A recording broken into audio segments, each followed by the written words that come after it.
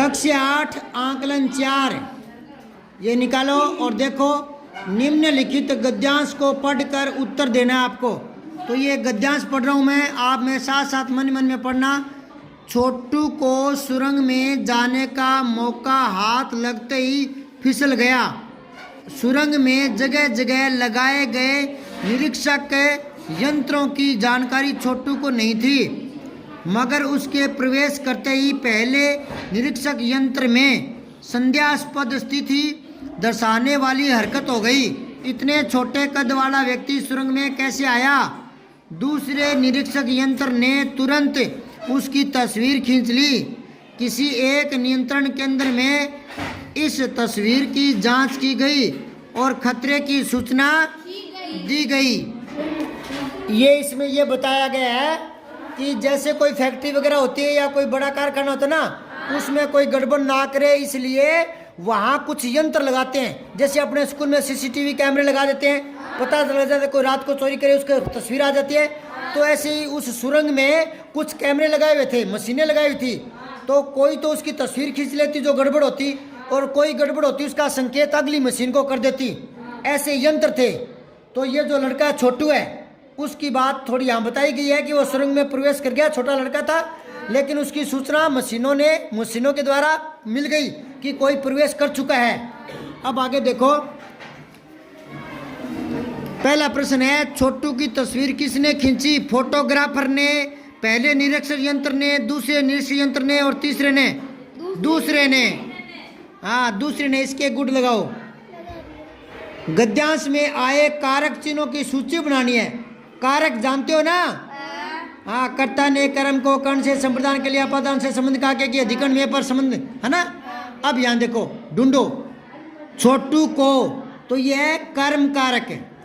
हाँ, यहाँ लिखो कर्म कारक है, कर्म कारक, और ब्रैकेट में लिख दो को, ठीक है, और कोमा लगा दो, ठीक है। फिर आगे सुरंग में अधिकरण कारक है, आगे लिख दो अधिकरण, अधिकरण में लगा दो ब्रैकेट में, ठीक है। अब है जाने का मौका हाथ लगते ही, ये परसर्ग है, संबंध की तरह काम करता है, ठीक है ना। और देखो यंत्रों की जानकारी, ठीक है ना, ये भी परसर्ग है कि संबंध कारक की तरह काम आता है, ठीक है। छोटू को वापस क्या है? ये कर्म कारक है, ठीक है।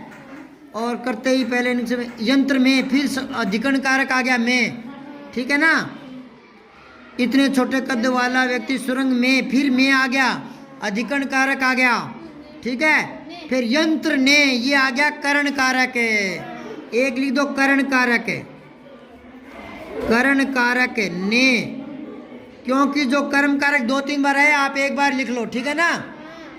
फिर आगे देखो केंद्र में, फिर अधिकरण कारक आ गया, तस्वीर की जांच, फिर ये संबंध कारक की तरह आ गया, परसर्ग बोलते हैं इसको, ठीक है। समझ गए?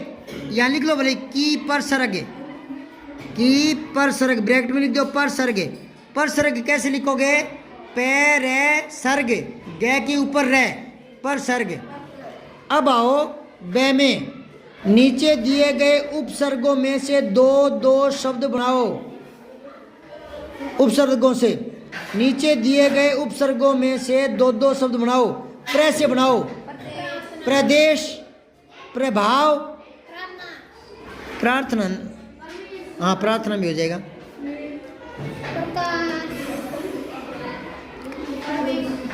प्रदेश, प्रभाव, प्रकाश, ठीक है। प्रश्न नहीं होता बेटा, नहीं होता बेटा, मूल शब्द होना चाहिए कोई, उसके पहले जुड़ना चाहिए, ठीक है ना। आप यूं मत सोचो कि कोई शब्द है उसमें प्र पहले दिख गया तो ये उपसर्ग हो गया, ऐसा नहीं होता। कोई मूल शब्द होना चाहिए, ठीक है ना। हाँ, अब अन जोड़ो ना, अनावश्यक नहीं होगा बेटा। देखो इसके नीचे जो खाली जगह वहां लिखो ए ना वे आदर्श है, शलगम वाला आदर्श है, दुए वाला ये और के अनावश्यक, अब अगर आप इसमें मान रहे हो कि अनुपसर्ग है, अनुपसर्ग है, तो अनुपसर्ग नहीं है, इसमें हलंत वाला है। ए न के हलंत लगाओ और प्लस में आगे लिख दो आवश्यक है। समझ में आई क्या? अनावश्यक है, हलंत लग गया, आगे आ बाहर निकल गया। अब मैं आपको दोबारा बता रहा हूं, ए और न अन ये भी उपसर्ग होता है, और ए न के जो हलंत है वो भी उपसर्ग होता है। दोनों उपसर्ग होते हैं। दोनों क्या होते हैं? ऊपर लिखो जो खाली जगह है, ऊपरी ऊपर है।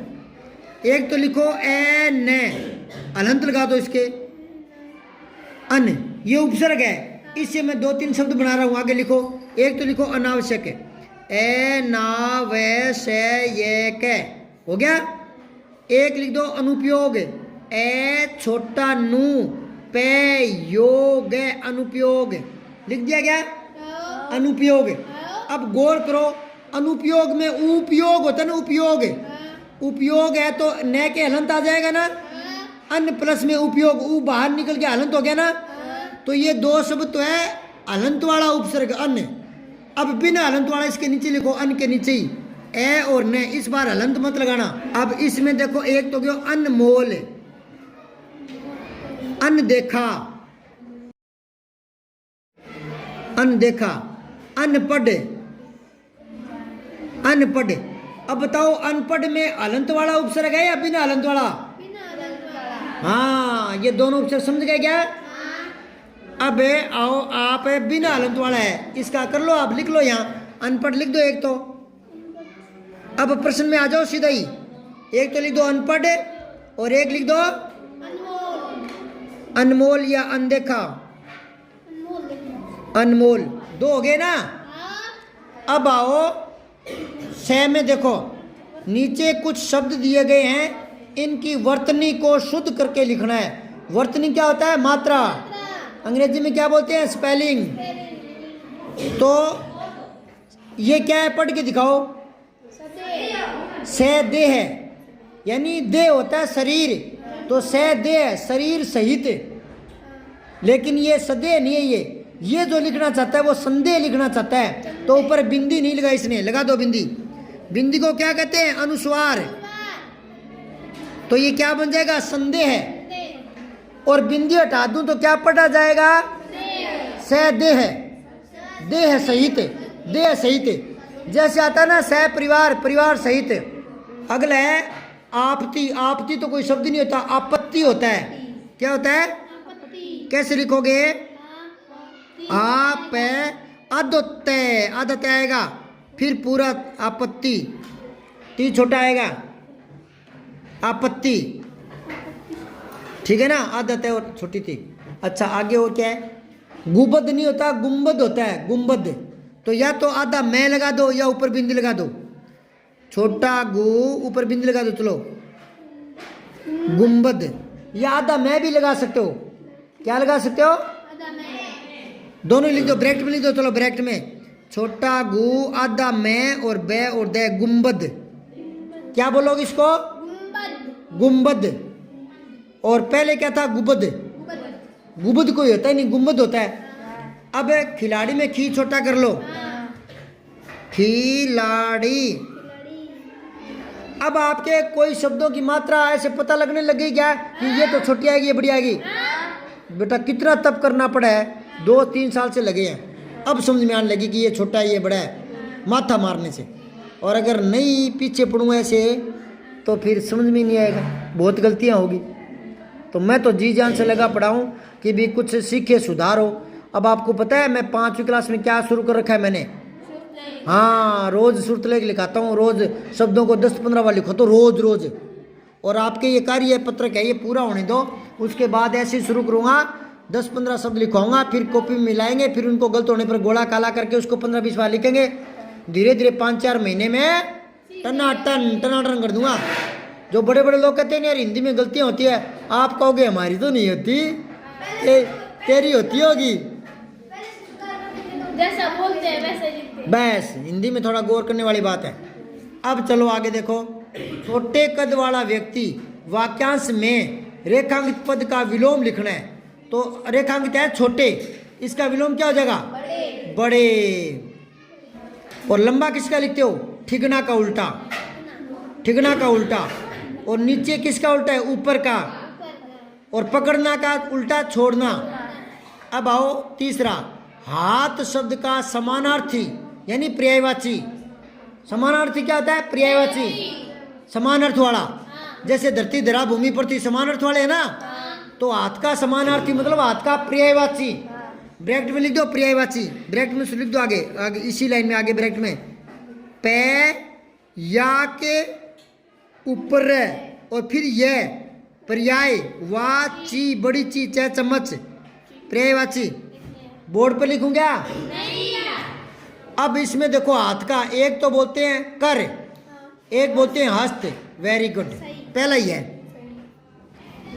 दूसरे में कर तो है पर हस्ती नहीं है, हस्ती हाथी को बोलते हैं। और तीसरे में कर तो है पर हाथी नहीं है। और तीसरे में हस्त हाथ है, हाथ है और हाथ है, गलत है ये दोनों। तो एक यहाँ देखो नई बात है, कोई भी शब्द अपने आप का खुद पर्यायवाची नहीं होता। हाथ हाथ का पर्यायवाची नहीं होता। अगर आपको कोई कहे धरती के दो पर्यायवाची लिखो तो आप लिखो धरती पृथ्वी, ये मान्य नहीं है। धरती अपने आप का कभी पर्यायवाची हाँ नहीं होता। तो ये जो हाथ हाथ दो बार आ गया ये नहीं होगा, ठीक है? समझ में आएगा? हाँ। अब आओ चौथा, वाक्य पूरे करने आपको क्या विभक्ति लगा कर, क्या लगा कर? ये का के नी में पर ये कारक होते हैं, ये लगाने हैं। तो लगाओ, डॉक्टर राजेंद्र प्रसाद इतने सेवाभावी व परिश्रमी थे, छोटी की। जब आगे कोई बात जोड़ते हैं ना तो छोटी की आती है। इतने इतने परिश्रमी थे, कितने वो बताएगा, तो बात जोड़ते तो छोटी की आती है। और संबंध बताते हैं, संबंध तो बड़ी की। जैसे गाय का संबंध बताना है कि किसकी है ये, तो अपने कहेंगे मोहन की गाय, रामू की गाय, तो बड़ी आएगा। समझ में आई बात क्या? चलो आप कहाँ लिखोगे? इधर जो जगह पड़ी ना चित्रों के बीच में, चित्रों के बीच में जो जगह पड़ी है वहाँ लिखो। एक तो लिखो पहले बड़ी की, बड़ी की लिखो, इसके बराबर का निशान लगाओ और लिखो संबंध कारक है, संबंध कारक है। से स्कूल वाला, आधा में, ब बकरी, ऊपर बिंदी और ध धनुष, संबंध कारक है। की विभक्ति का चिन्ह, संबंध कारक का चिन्ह, यूं लिखो संबंध कारक का हाँ चिन्ह, ठीक है? और नीचे उदाहरण लिख दो, राम की पुस्तक, लिख दिया, संबंध बता दिया ना, ये पुस्तक किसकी है बता दिया ना संबंध। अब छोटी की के नीचे सिद्ध में लिखो बड़ी, अब बड़ी की के सिद्ध में नीचे छोटी की लिख दो। ये लिख दो योजक शब्द है। देखने में एक अक्षर लग रहा है ये, पर ये योजक शब्द है। लिखो योजक है, योजक शब्द। ये क्या करता है? दो उपवाक्यों को जोड़ता है। ब्रैकेट में लिखो, ब्रैकेट में लिखो, दो उपवाक्यों के बीच में आता है, दो उपवाक्यों के बीच में आता है, जोड़ता है उनको, ठीक है? अब दो उपवाक्य बताऊं क्या? दो उपवाक्य नीचे लिख लो, जो नीली पट्टी है उस पर लिख लो। लिखो, मैंने सुना है।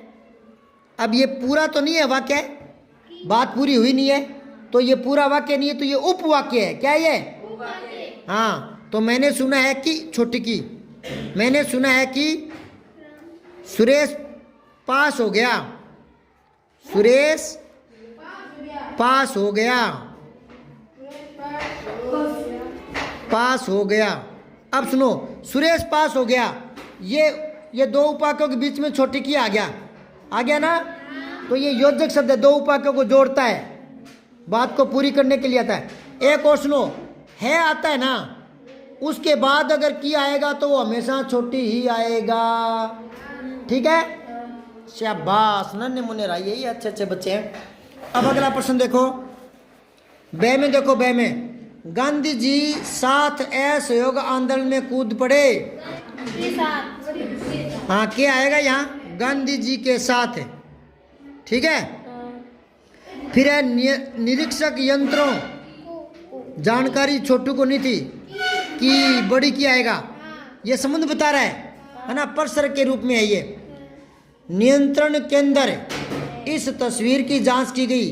नियंत्रण केंद्र में इस तस्वीर की जांच की गई, में आएगा यहाँ।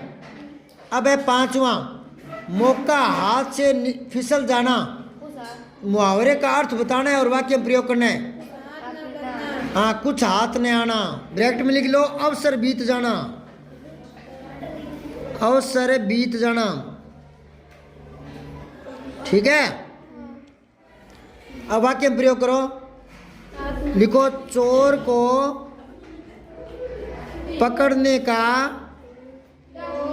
पकड़ने का मौका हाथ से फिसल गया, हाथ से फिसल गया। ठीक है, एक और नई बात बता रहा हूं, ध्यान से सुनो। मौका हाथ से फिसल जाना, तो यहाँ क्या पता लगे कि कई बार ऐसा होता है कि मुहावरा है या नहीं है, ऐसे पता नहीं चलता। कई बार कंपटीशनों में ना, कंपटीशनों में और 4 वाक्य दे देता है मुहावरे और पूछता है इनमें सही मुहावरा कौन सा नहीं है। जैसे आंख दिखाना, आंख लाल होना, आंख दुखना, तो आंख दुखना कोई मुहावरा नहीं है। समझ गया क्या? ऐसे पता नहीं चलता, इसलिए आपको मैं एक तरीका बता रहा हूं। जैसे मौका हाथ से फिसल गया, ये साधारण वाक्य है या मुहावरा है, पता लगाना है। तो इसको देखो, मौका कोई वस्तु है क्या जो हाथ में पकड़ी थी और फिसल गई? ऐसा नहीं होता ना, तो फिर ये मुहावरा है। मुहावरे में जो लिखा होता है उसका हूबहू अर्थ नहीं होता, मतलब उसमें लक्षणा शब्द शक्ति होती है। ये लक्षणा शब्द शक्ति बड़ी क्लास में बताऊंगा। अभी इतना याद कर लो कि जो लिखा है वो यू का यू नहीं होता। जैसे लिखा तो है चोर 9 2 11 हो गया, तो पहले 9 हुआ था क्या, 9, फिर 2 2 हुआ था क्या, फिर 11 11 हुआ था क्या। तो जो लिखा है वो यू का यू नहीं होता, वो मुहावरा होता है। समझ गए? अब आंख दुखना, तो ये तो होता है। और आंख निकालना, हम कोई आंख निकालते हैं क्या? आंख तो है वहीं पड़ी रहती है। तो आंख निकालना जो लिखा है वो नहीं है ना, इसलिए वो मुहावरा बन गया। ठीक।